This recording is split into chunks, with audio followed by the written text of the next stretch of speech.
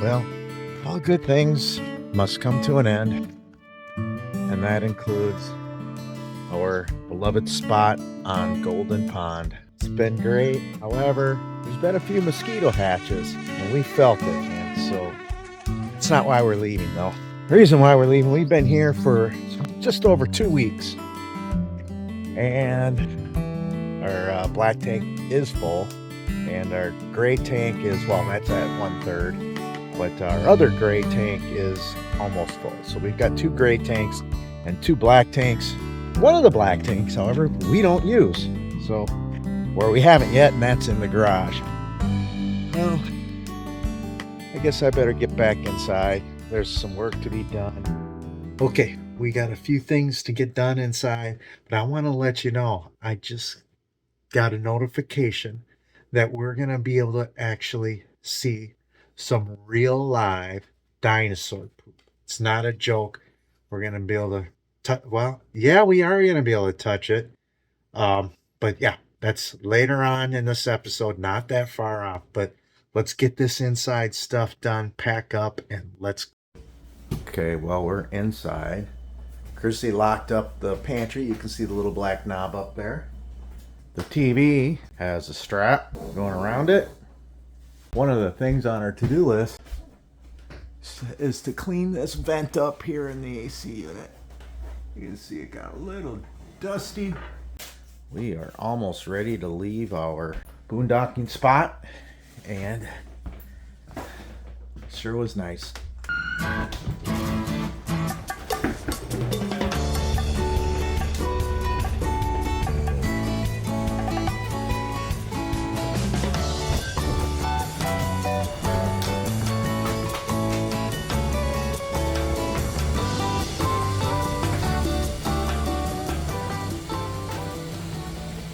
Okay, well, the interior slides are all in. Now it's time to get the truck into position. So we got this hockey puck system. Basically, you can see that even though we have a 5th wheel, we still have all of our bed of the truck that is still in use, as opposed to those other hitches where they take up, man, quite a bit, where you can't really use this for anything. But with this hockey puck system, you've got the whole bed. All right, Chrissy's gonna hook it up. She's gonna take that goes into what's called the 7-way. You can't really see it, but trust me, it's back there. I promise you. Okay, so the chains are being hooked up, and then we got the final one, which is called the breakaway cable. So if all the other 2 cables fail, we still have that. That's it. All right. It is time to go.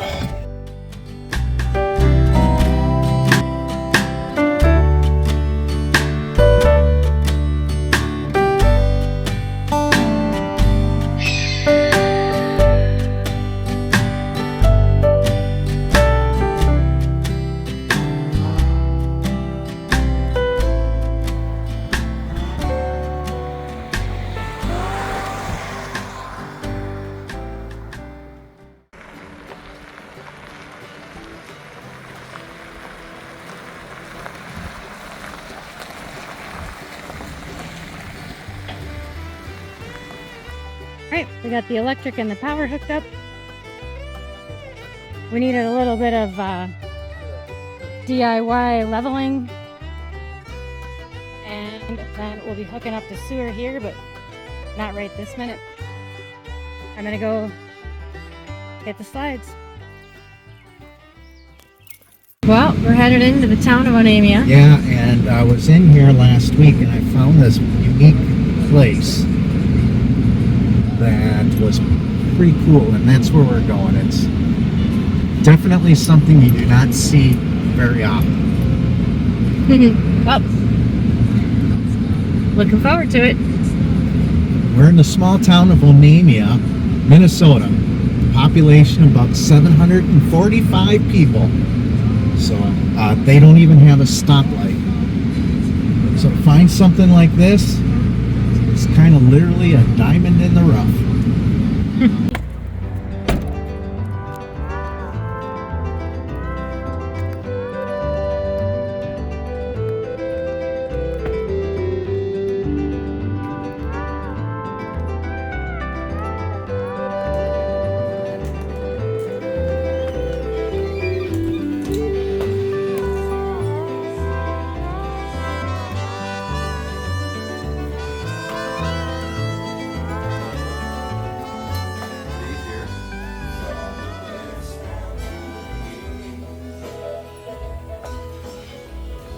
Literally out of this world.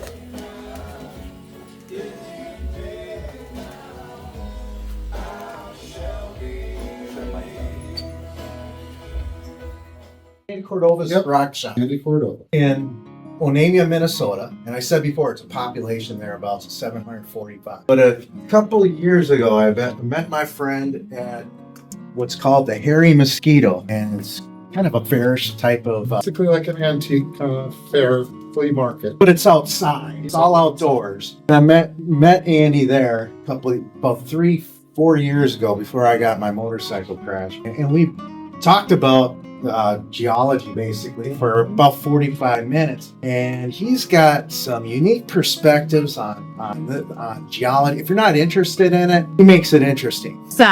So let's just kind of walk around and let's start here. Welcome in. So right here we've got some stuff out of Southern Mexico. This is all cave formation stuff. In the United States, you're not even allowed to harvest this stuff out of caves. In Mexico, the laws are different. So they've been mining this cave system for over 3,000 years down in Mexico. Holy moly. So a good friend of mine is 5th generation that they've been mining out of this cave system. So it's quite fantastic. It's really interesting. And how did you come up with all this? I've been doing the Tucson Gem Show for about 4 years now. And down there, it's the biggest gem show in the world. So people come in from all over the world and bring their stuff. So just kind of stumbled upon it. We got lucky to have a good neighbor is what it boiled down to.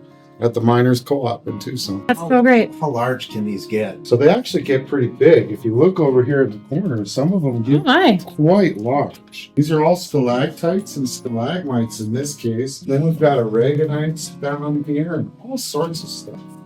Really from all over the world. Lots of cabochons, opals, Tiffany. Jeez, you guys. Beautiful. And you said these are hard to come by. Yeah, in the United States, honestly, they fine you by the ounce.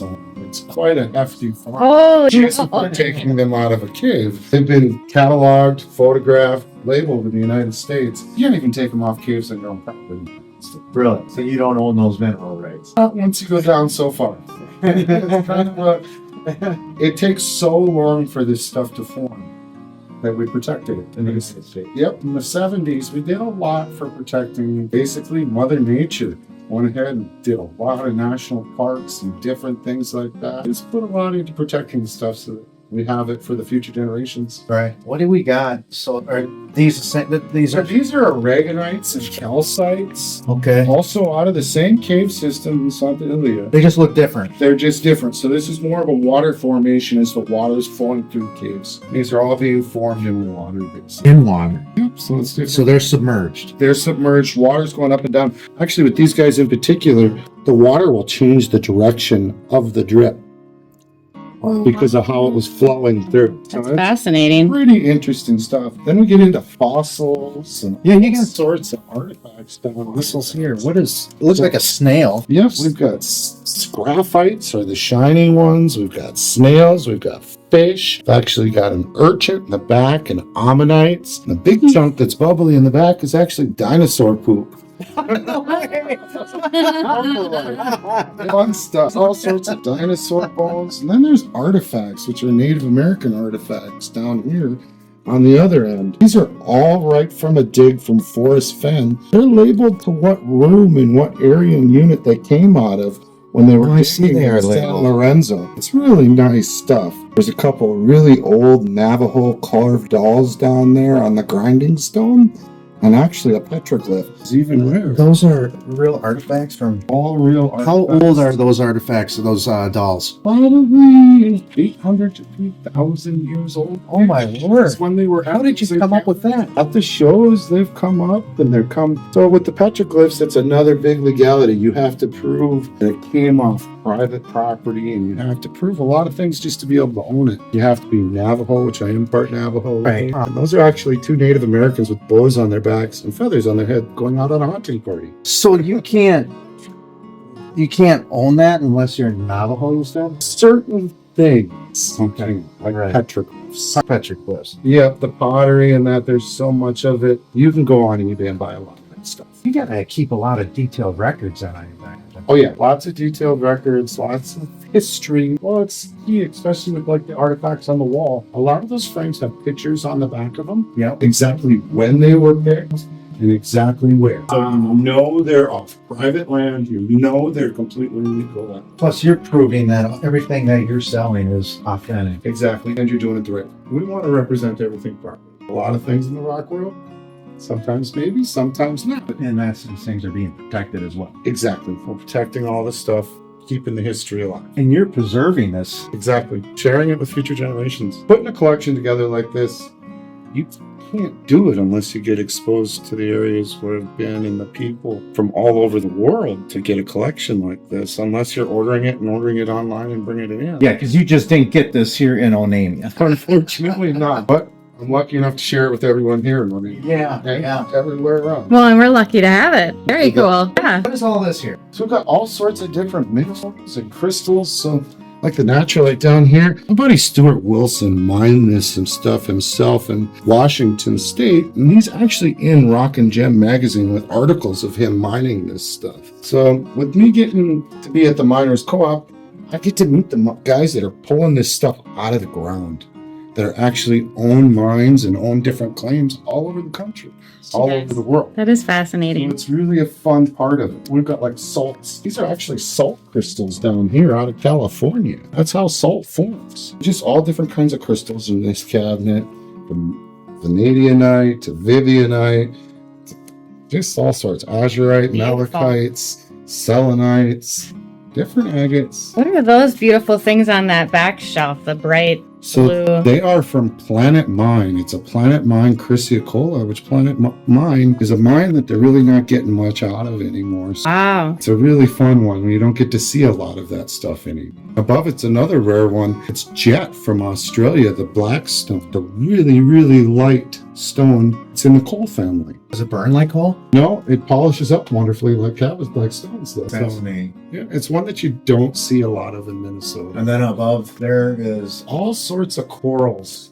and shells from all over the world. you just don't So- stop, Andy. You just As a chef for many years, I found out variety is the spice of life. You gotta have something for everybody is what it boils down to. From cabochons for the jewelry people that want to make their own jewelry, Mm-hmm. to wire wrap stuff for the ladies and the gentlemen. So a good friend of mine that's blind wraps all these pendants. Does all the bezel work on Oh it. my gosh. She's got super, super thick glasses and a big magnifying glass, and she sits right up to it when she's doing them. She's completely legally blind. she does And this. she does all the wire wrapping on this. She did the wire wraps in the window with the trees. I try to support local artists and try to bring them in. I try to find them stickers. Yeah. It's not even a touch thing, but she's able to see as long as she's right up here and under massive amounts of magnification. But it's a fun one, so I support that. Yeah. How long have you been in the community? I grew up here. I moved here in the 6th grade, honestly, in the town next door in Ohio. I've kind of been here. My mother was a nurse here in town for 30 years at the hospital just a couple blocks down the road. So This is a really like that was something I didn't break in the Oh, store. don't break the camera. You just didn't get started in this. You started this obviously a long time ago. I started this. Basically, my mom was doing it when she was just a little kid. It's been something that's been passed on. My mom passed it on to me and gave it to me. Me and my twin brother would go agate picking in the Lake Superior agates right here. Oh yeah. And that's what got it started, was just picking those Lake Superior agates. And going from there, started going to shows and had a good enough collection of Lake Superior agates where I started vending at the show. Oh no way. That's Yeah, and And that kind of just started it all. 12 years later, after doing shows, do several shows in Minnesota, Moose Lake, Duluth, St. Cloud, do the show down at the State Fairgrounds for the Minnesota Mineral Club. It's one of the fantastic parts of it. You get to meet people. I'm really into those Lake Superior agates lately. I don't know why. They're elusive. You can walk a lot of miles and not come across That's them. what it seems like. And I just didn't realize people were making jewelry and things out of them. Ooh. Oh, they're gorgeous. They are. It's actually Minnesota State gemstone. It is. It It's is. a fun one. We're lucky to have them. Notice something here. This looks like petrified wood. So there is petrified wood over here, which is more right here. But this piece is actually called Wildfire Opal, and that's out of Utah. So it's actually in the opal family. But this here is actually petrified wood, and this is rainbow wood out of Arizona. I do have several varieties of petrified wood. I've got black wood. Actually, in the back room over here, we've got a big petrified wood table we can show you here in a little bit. Oh. Gorgeous. And that's out of Indonesia. What's going on here? Oh, I'll take that. This is basically our man-made shelf. So everything on this shelf is man-made. This is what we call surfite. This is epoxy resin. This is actually how they color surfboards when they're making them. Oh my gosh. So it's a lot of fun. They cut it up, make different jewelry out of it, make slabs out of it. Oh, wow. And it's a really fun one. We've got some paint above this. We've got graffiti stone from Cadillac Ranch in Texas. Buried 10 Cadillacs sticking out of the ground outside of Amarillo, Texas. Been spray painting them as graffiti since 1970. So they call it graffiti stone. But it's literally the paint right off those Cadillacs. No way. This is called Fordite. This is how they automated system of spray painting vehicles. So they come through and hang their parts on racks and spray them down. They call it Detroit City Agate. They got to knock that paint off of these bars just to get this. And this is what they cut up and make jewelry on. It's a lot of fun. There's all different kinds of stuff. This is silicon carbide. They crush this up and make sandpaper, but it's actually a man-made crystal. They make this. They actually make sandpaper out of it, and they'll crush it to different grits, and that's how they make the different grit sandpaper. Incredible. Well, 3M goes for a lot, right? Oh yeah. And we've got different specialized paints down to like off Maseratis and off Jeep. So I've got some Navy boat paint off the Navy boats in Virginia Beach. So it's a fun one. These are actually synthetic stones. These are blocks of man-made stone. It still has the stone in it, but they press it together and they use the powder from when they're cutting a lot of it. So it's a more affordable variety for those that want to make jewelry. And you got arrowheads up here. Yep, all the artifacts, everything. They're all authentic. They're labeled. Some of them are labeled on the front, most of them on the back. You said. Correct. There's pottery, all sorts. And how old could that pottery potentially be? Probably in the 8 to 1200-year-old. And where was this out of? That is all out of the basically Four Corners area. Oh, Colorado, Utah, and New Mexico, New that Mexico. area. So it's a fun little area. Hey, you got stuff out of this world, literally. It's fun stuff. They actually have meteorites. These are actually out of Mexico. This is a chondritic meteorite that fell on February 8th, 1969 Wow. at exactly 105. It broke the atmosphere, and 2 tons of it broke up into small little pieces and came in and landed in Chihuahua. Tons? Yeah. They found 2 tons? Quite a lot of it. Some of them get way bigger than that. The Campo deCio out of Argentina, those meteorites get massive. Like they found hundreds of thousands. It all broke up, and when it breaks up, it lands on Earth. It goes from a meteor to a meteorite. It doesn't become a meteorite until it hits the ground. When it breaks up, the ground that it hits is called a strewn field. It's actually where all those little pieces fall. That is so fascinating. Did you go to college? What's going on here? I went to college for culinary school. It's a passion. It's something you love, and once you start, you can't stop. You want to keep reading and keep learning more, and lots of old magazines and books, people, miners. Do you keep learning every day? Every day something new. Seriously? Reading new articles, doing new things, meeting new people. People come into the shop and tell me about the stones that they've gathered all over and what they are, and even if I don't know. Do you get people here from all over the world? As of yet, I opened up on April 1st. I've heard this person from New Zealand already. So it's kind of wondering, How do they know you're here, or how does that work? mighty power of Google. I Googled rock shops, and I just happened to be in the area. We've got a casino just north of us, 15 miles. They were staying at the casino. Because it came on down and visited. It's not like you find these kind of shops everywhere. No, there's only a few of them in the state that are actual rock shops. Several of them will do crystals and different things rock related in their Kind of a niche. But to be an actual rock shop where everything's rock related, some way or another. This is like a museum. Yeah, it really is. It's infinite. It's small, but it's infinite. It's like an infinite museum here. It just never stops.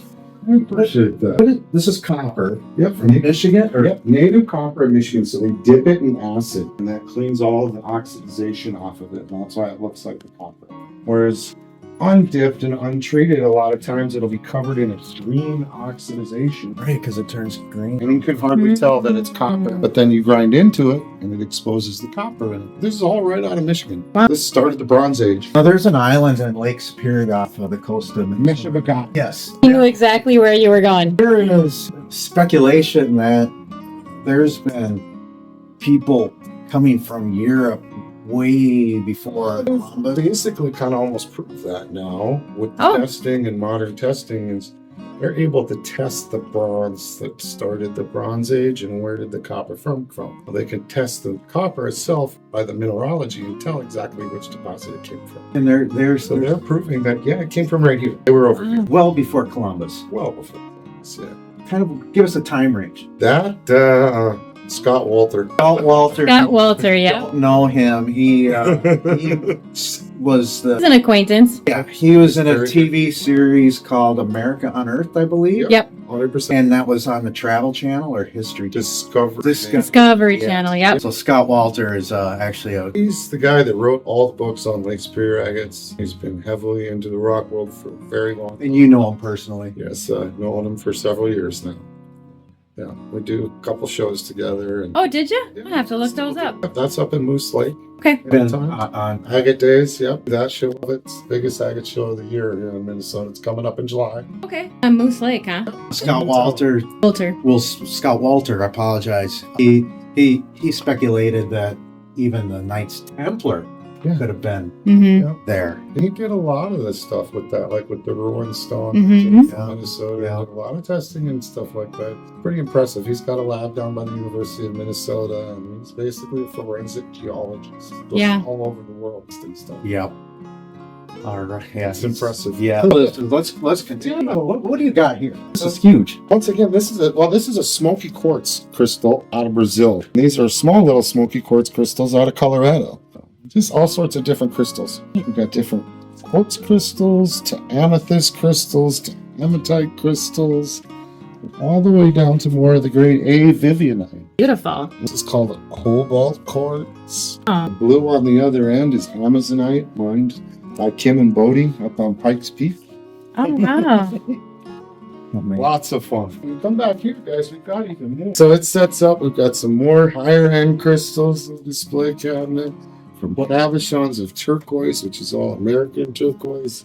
From American tourmalines, pink and watermelon tourmalines out of California, and all sorts of microminerals. What makes them higher end? Basically, rarity. Rarity. Yep, how hard they are to come across, and then quality of specimen. Basically, yeah. Just like any gemstone, there's grading of them all. So it's just how rare they are and hard to come across them, and how good they are in quality And then clarity. demand, I suppose. Exactly, supply and demand. You've got it like tanzanite crystals in there, rarer than diamonds. These three in the front, Rarer than diamonds. 100%. And those things are huge then. If they're rarer than diamonds, those are... Because if you would have a diamond that size, that would be pretty insane. Some of the tanzanites got pretty little petting on it too. High end of tanzanite can go $200, $250 to count. So you basically need to get a mortgage. Most people would need to get a mortgage. Or you need to see what you can get.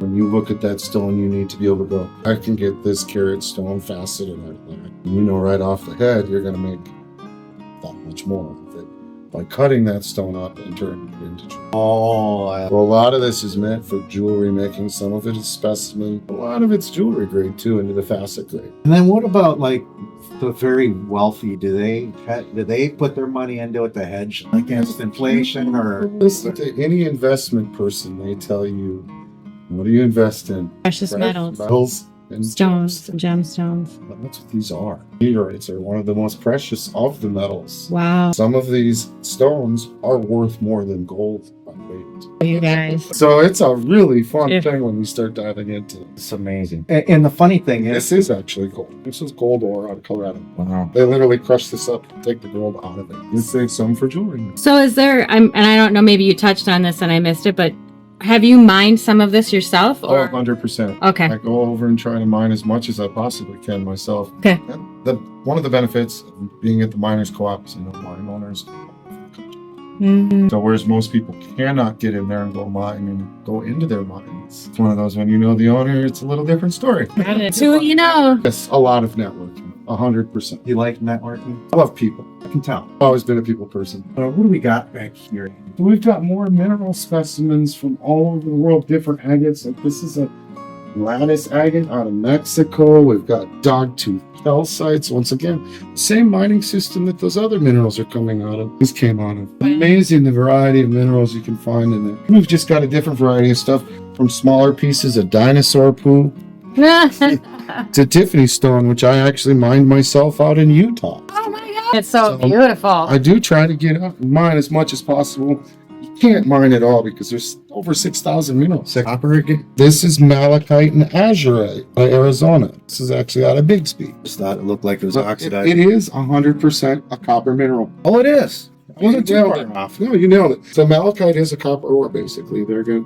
A lot of people will crush that down and pull the copper out of it. Oh, you can pull copper. Oh yeah, but they've been using malachite. It's one of the earliest stones ever used for anything. Now, were these dirty, or why are they taking a bath? They're taking a bath so that you can see what they look like when they're polished. This is actually Andamuka opal out of Australia. Australia. So this is Andamuka. So it's a sugar opal. They cure it with molasses, acid, What the? and then it turns it black. They Wow. cook it at 180 degrees till it turns black in that molasses. It's And incredible. then they'll stabilize it and slab it all up, and that's where you get what we got here. Have you been to Australia? Once again, a benefit of Tucson. So actually, one of my good buddies out of New Mexico, Adrian Garcia, is one of the best stabilizers in the country. He stabilizes most of the turquoise and softer stones that need to be stabilized so you can turn them into jewelry. Otherwise, they crumble. That's what you mean by stabilization. Yep, so the softer stones will be stabilized. They cook them in a pressure cooker, basically. Cook them down with a super thin viscosity, super glue, basically. And pressure cook them till they're solid and rock hard. But he's one of the best in the entire country. This came from Adrian. You got a pretty large piece So, of wood here. yep, that's that table you referenced. Indonesian petrified wood. So it's right out of Indonesia. 260 pounds just on the tabletop itself. Beautiful. So this is one of the things. Petrified wood come to being. It's going to get trapped, basically covered up when it falls down. As long as it's covered up and it isn't exposed to oxygen, which will cause it to rot. Yep. It's not going to.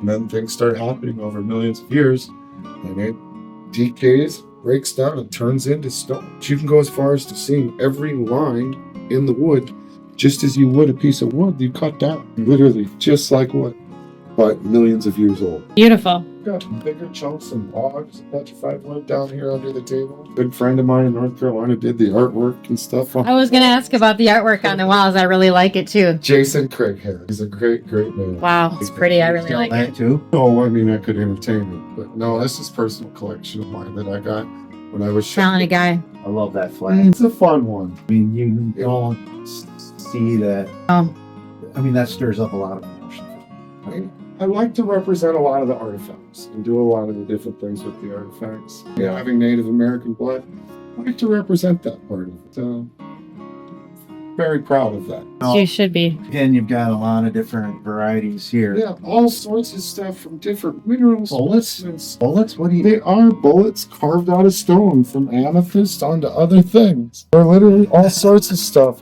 from little hearts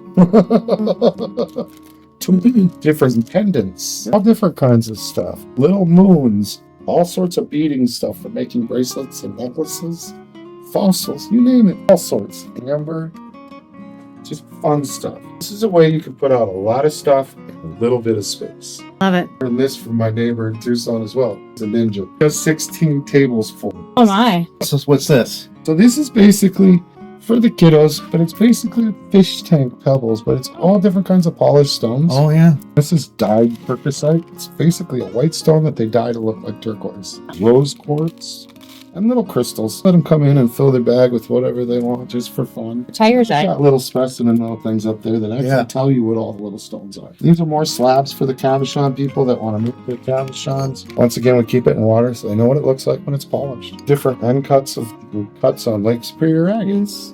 That's from Lake Superior. Yep, this is us right here. Sorts of fun stuff. Even into a black light room back here. Oh my. I mean, it's like a secret, bro.